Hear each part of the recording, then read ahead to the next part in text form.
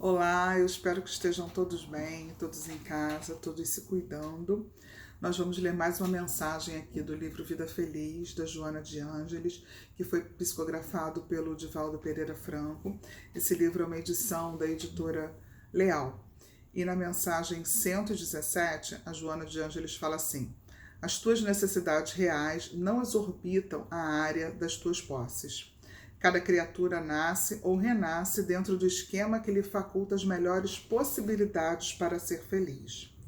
A inconformação e a rebeldia, porém, normalmente armam o indivíduo com ambição e violência, que geram estados desditosos, mesmo quando ele consegue acumular excessos e quinquilharias, a que atribui valores relevantes exagerados.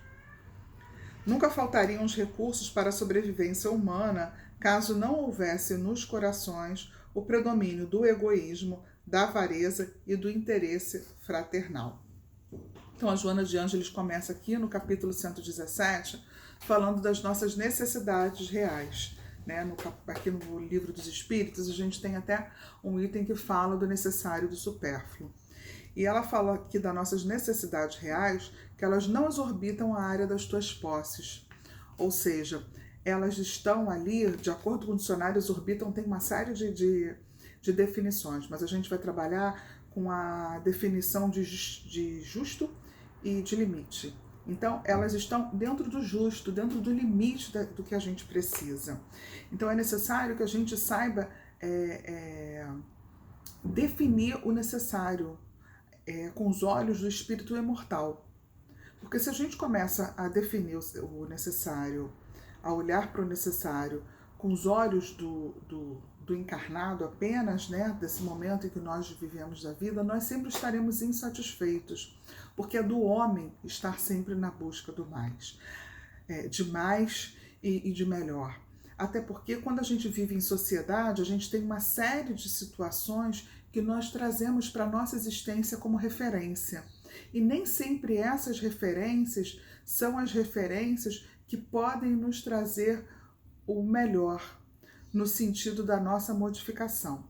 Por exemplo, à medida que eu passo pelas redes sociais, ou que eu vejo um filme, uma novela, e que eu vou me encantando com aquela história, eu começo a buscar naquela história referências para mim, a olhar naquelas situações coisas que se assimilam com aquilo que eu desejo e que eu gostaria de ter, mas que nessa existência por algum motivo eu não tenho. E quando eu falo da questão da necessidade, eu não estou falando com foco na necessidade financeira, não.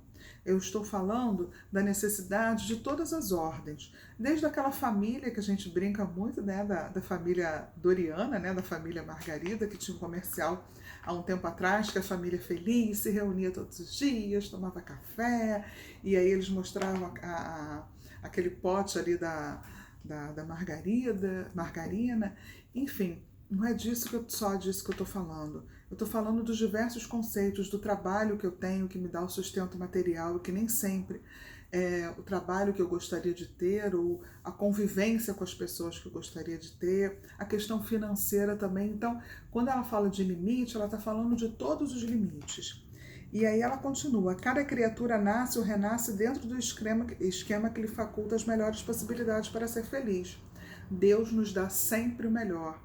Então, quando é feito o nosso planejamento reencarnatório, os espíritos que auxiliam na organização do nosso planejamento, eles fazem esse planejamento com foco na nossa felicidade, mas na nossa felicidade de ordem espiritual. Por isso que a nossa busca precisa ser de ordem espiritual, porque senão a gente vai estar sempre insatisfeito, vai estar sempre infeliz, vai estar sempre achando que está faltando alguma coisa. E por conta desse achar que está faltando alguma coisa, de que estamos infelizes, nós começamos a ter uma série de insatisfações e muitas vezes uma série de questões psicológicas que vão se desenvolvendo, um monte de doenças que a gente vai vendo por aí, as crises de ansiedade, os transtornos, uma variedade aí de questões psicológicas que nós desenvolvemos em função dessa não aceitação do nosso quadro atual. E aí ela fala aqui da inconformação e da rebeldia, que à medida que eu estou inconformado, eu fico nessa situação rebelde, e aí eu começo, o indivíduo arma o indivíduo com ambição e violência que geram estados desditosos, mesmo quando não consegue acumular excessos. E aí nos lembra o comportamento das crianças, né? Quando as crianças recebem um não, as crianças, de alguma maneira, se rebelam diante daquele não. Ou com uma cara feia, ou com uma batida de pé, ou com uma batida de porta, ou com um grito, né, para cima daqueles que disseram não. Só que os adultos, alguns fazem isso, aliás, muitos ainda fazem isso, né? Os que estão na fase adulta do corpo físico, né? Não na fase adulta espiritual, ainda fazem isso. E quando não fazem, de forma grosseira, pelo menos uma insatisfação ligeira. E aí ela fala dessa questão de quando isso acontece, gerar ambição e violência, do querer cada vez mais e de se tornar violento. Esse quesito violência que a Joana cita aqui, ele não está ligado apenas à violência física, da agressão, do contato físico, não, gente. Ela está falando também da violência das palavras, da violência quando muitas vezes eu me calo, mas eu fico naquele estado de fúria, né? A violência ela pode passar por uma série de situações. Ela não está mais hoje só catalogada na violência física. Hoje os estudos já mostram que a violência pode passar, né, pela fala, pela uma série de outras questões. Então é por isso importante a gente se conhecer cada vez mais e tentar domar esses instintos primitivos que ainda existem em nós. E ela continua aqui: nunca faltariam os recursos para a sobrevivência humana, caso não houvesse nos corações o predomínio do egoísmo, da avareza e do desinteresse fraternal. Quando a gente vai aqui para o Livro dos Espíritos, Allan Kardec vai falando das desigualdades sociais e ele vem dizendo que essas desigualdades elas não existem por causa de Deus, elas existem por causa de nós.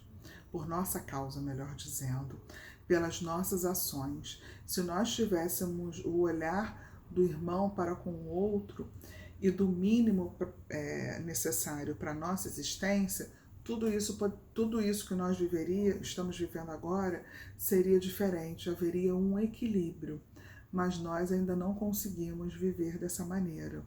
Por isso ainda tantos transtornos permeiam a nossa existência. Então a dica da Joana de Ângeles, como sempre, é da reforma íntima.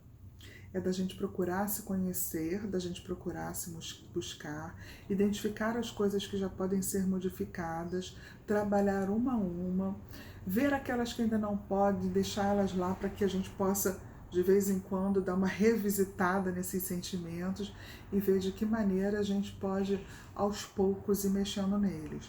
Porque a gente não vai conseguir fazer tudo numa existência, né? A gente vai precisar de algumas outras ainda para resolver, mas a gente precisa iniciar esse processo.